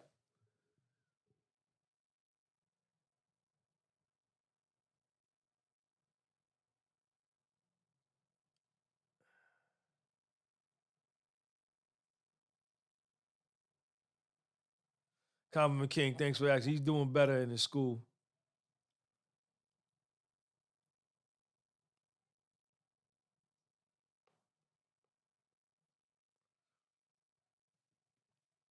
The foundation of Black American is conditioned. We came from the bottom and find ourselves in middle-class neighborhoods Like I said before, we are comfortable where we at this present time, middle class slaves. Where you from? Where your bloodline go back to? Yusef Emmanuel. Where your bloodline go back to?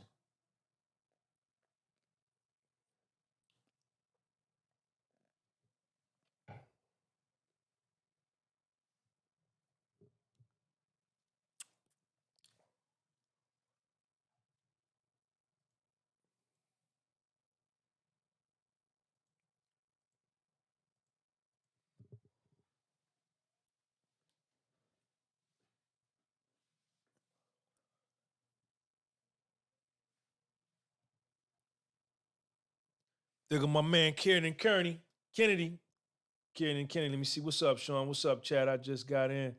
I can trace my bloodline. Where your bloodline go back to, Kieran? Kieran? Plantation, Thomaston, Alabama. Shout out to Alabama, man. I said astigmatism in my soul. Man, shout out to Alabama, man. Alabama, man.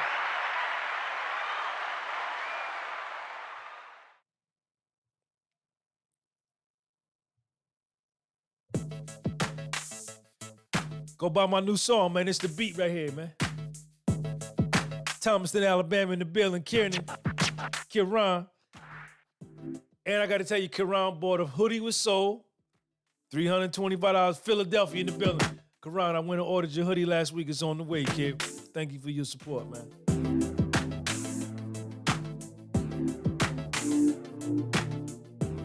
This is my song. This is one of my songs. They on my website right here. Check this beat out. My beat better than your beat, man. My beat better than your.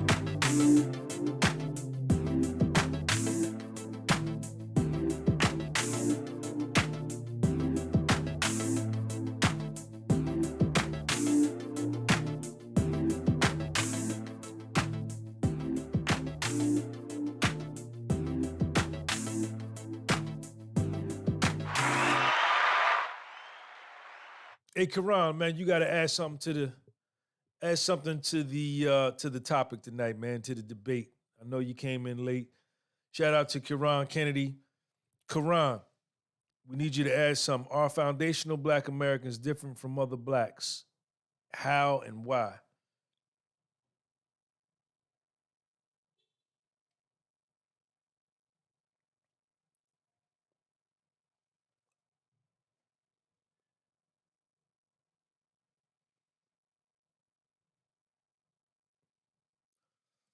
Foundational Black American is not going to get no reparations from nobody. He owes himself.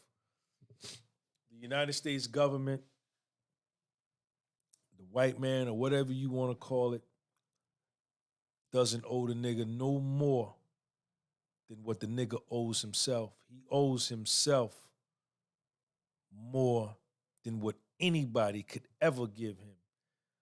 And if he's sitting around waiting on reparations, oh, they gave it to the Japanese, oh, they gave it to this one, they gave it, so what? He ain't got nothing coming. He ain't got nothing coming.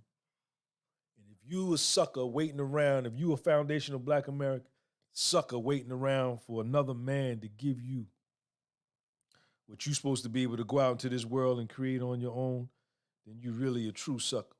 In my opinion. Karan Kennedy, yes, I believe so. We have a unique trauma experience that built us into who we are. We built a country for free. We are a mix of all types of African tribes, so we have the best genetics. Shout out to Karan Kennedy. Dope. Keep going, Karan. I want you to hear some more from you.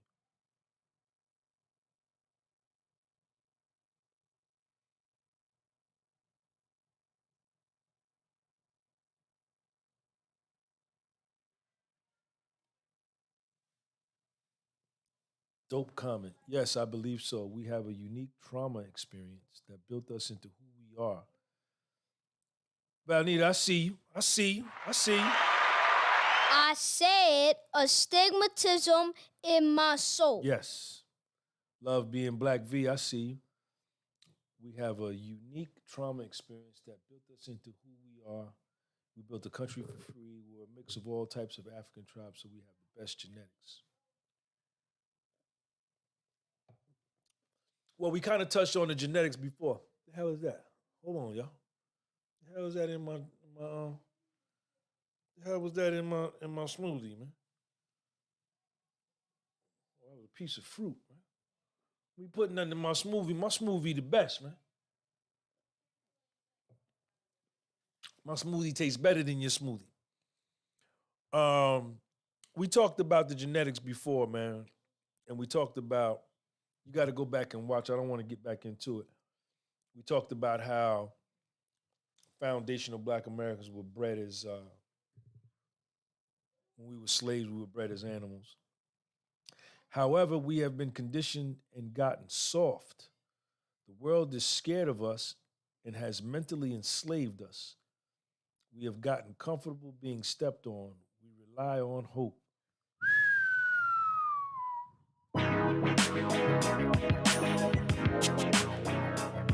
Yo, this beat right here is gonna be a new song I'm gonna put out. Go on my website and buy my song. We'll go to the link right here.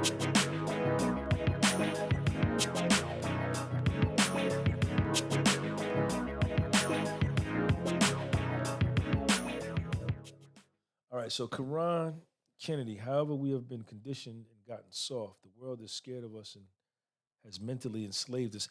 Can somebody mentally enslave you if you don't allow them to? Isn't that kind of like blaming? Doesn't the foundational Black American, don't he cry a lot? Ain't he a crybaby? He's a crybaby. He always talks about what done happened to him instead of talking about what he gonna do to fix his situation so that it never happens to his women and children again. Don't he cry a lot about yesteryear?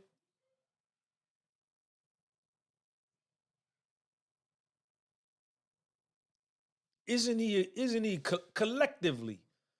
Now I know some of y'all are strong, and individually we all have our strengths, but collectively, he's a crybaby. He is. In my opinion. Kiran, man, thank you for all your comments, man. Y'all want to hear my song one more time? How many of y'all went and bought my song?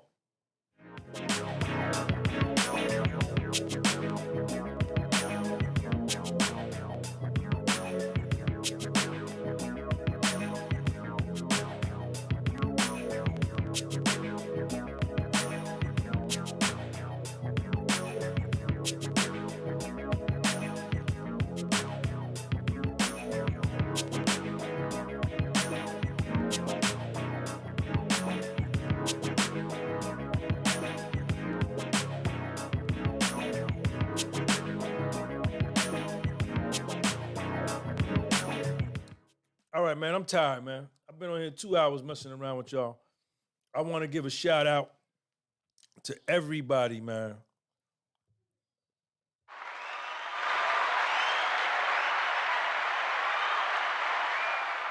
Round of applause to everybody.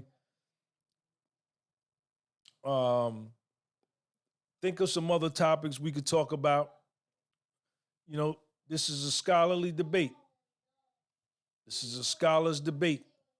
So whatever topic y'all throw on the floor, I'm going to deal with it. But I want to thank everybody for coming through, man. And I want to thank everybody for checking me out. Please subscribe to the channel.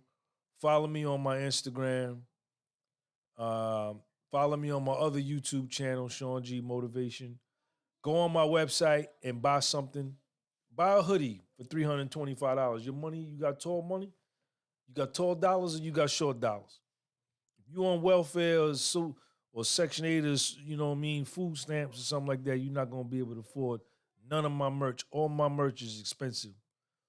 I don't sell $25 T-shirts or $30 T-shirts. You know why? Because everybody else do. So I don't want to be different. My shits be like $75, $100 T-shirt. Say, why that nigga sell his shirt that much? Who you think he is? Let me go check his YouTube channel out. Then they go on my YouTube channel and they subscribe. Then they go on my other podcast and they subscribe. Then they follow me on my Instagram. So I pick up followers because I'm different. I set myself apart from the rest. I'm not like none of y'all. I don't want to be like none of y'all. I don't want to be like none of y'all. I don't want to be like none of y'all. I just want to be like me. It's only one me. And when I die, that's it. Ain't gonna be another Sean G. It's gonna be Lil Sean, but I'm gonna be in him, right? It's gonna be a lot of me in him because I pour my soul into him. But he gonna be his own man. So I'm a unique individual. I'm a unique individual.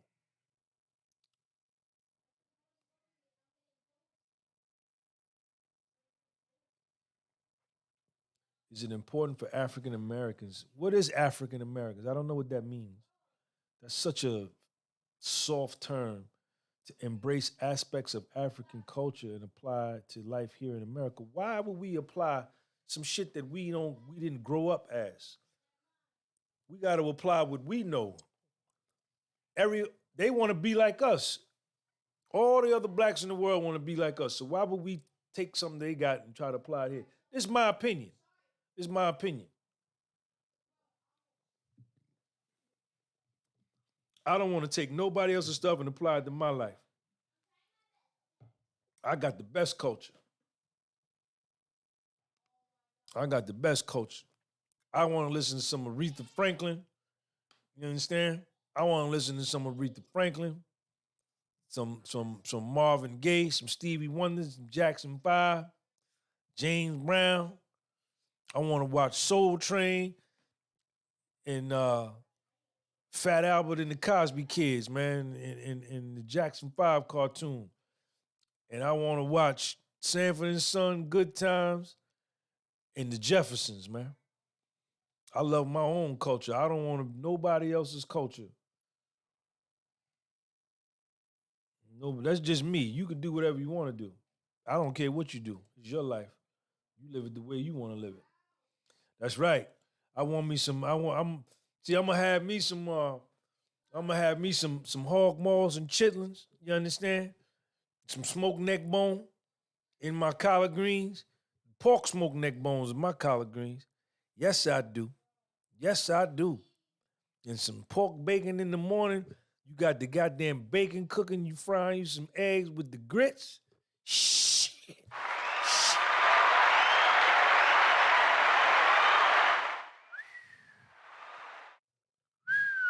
Tell me what tastes better than that.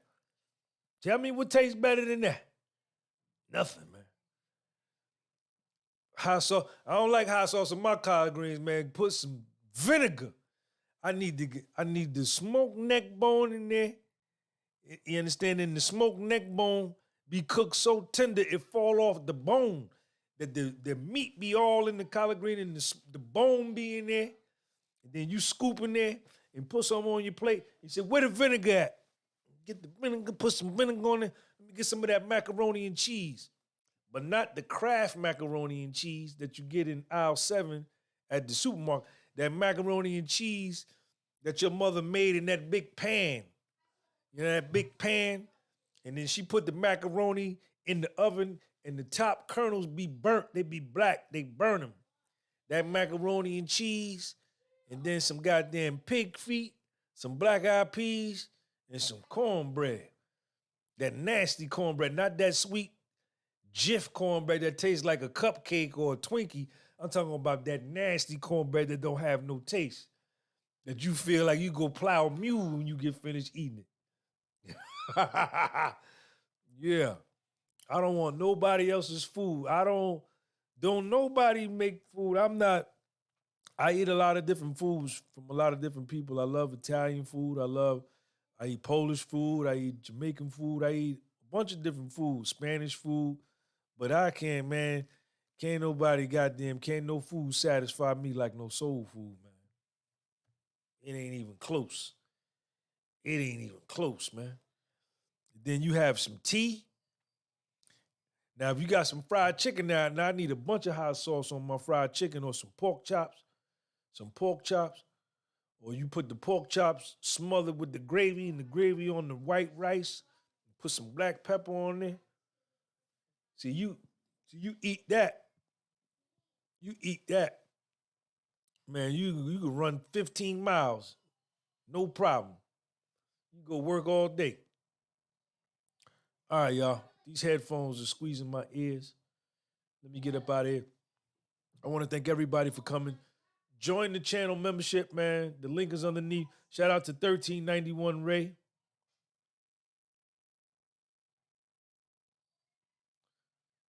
Check this out. Check this out. Check this comment out. See, I was getting ready to leave. I said astigmatism in my soul. Hey, yo, man, this the podcast with soul. Nigga got that motherfucking fed look. All right, so the fake profile, Q218. We have blacks in every aspect of life, from doctors, lawyers, astronauts, down to the president of the United States. What president was black that was a part of the United States? I know there was some early on, but I want to know who you talking about.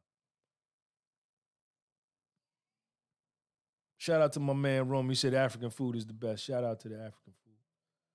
What president you talking about, man? I want to see what you talking about. I was getting ready to get off of here. Come on with your fake profile. Q218. Obama was not a foundational black American. Obama was not my president. Obama is not a foundational black American president. Obama's father is from Kenya, from Africa, and his mother is European. Okay? He has no connection. Barack Obama, and you can tell him I said it, I'll tell him to his face, has no connection to the foundational black American. He ain't got nothing to do with my culture, and I ain't got nothing to do with his. He's from Kenya. His father's from Kenya, from Africa. He don't know nothing about my culture other than when he came into Chicago. But he can't claim Muhammad Ali. He can't claim Michael Jackson. He can't claim Aretha Franklin. He can't claim Motown. He can't claim Hank Aaron. He can't claim Huey P. Newton, the Black Panther. Nothing, none of that. Dr. King, Malcolm, he can't claim none of that. None of that. And he know it. Until this country has a full-blooded foundational black American as president, then it can say it had a black president. Can't no black come here from, no other part of the world and talking about their black president. Not to me. Not to me. Not to me. Not to me. Huh?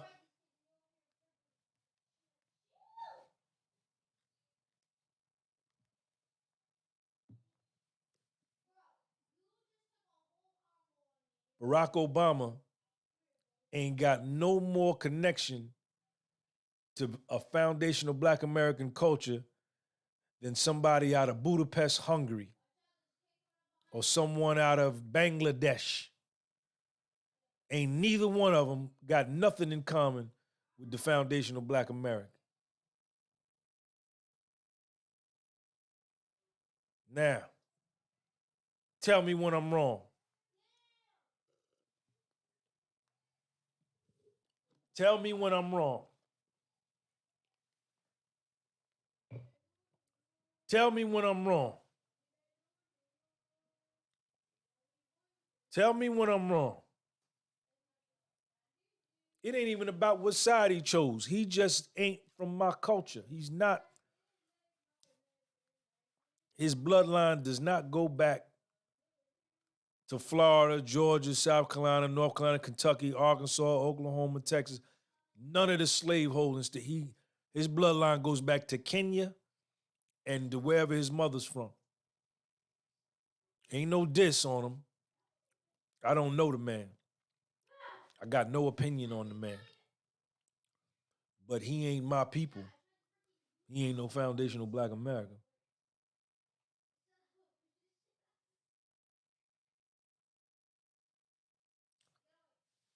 I ain't say he wasn't black. He ain't no foundational Black American.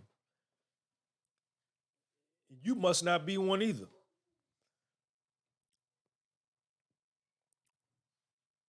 He's from Kenya. That man is from Kenya. His father's from Kenya. And his mother's a European. Got nothing to do with nothing to do with me, baby. Nothing to do with me.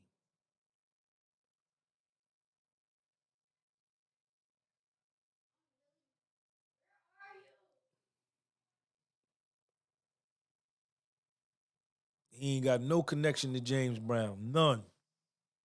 No connection to the OJs, to the Isley brothers. Huh? Stevie Wonder. None of that.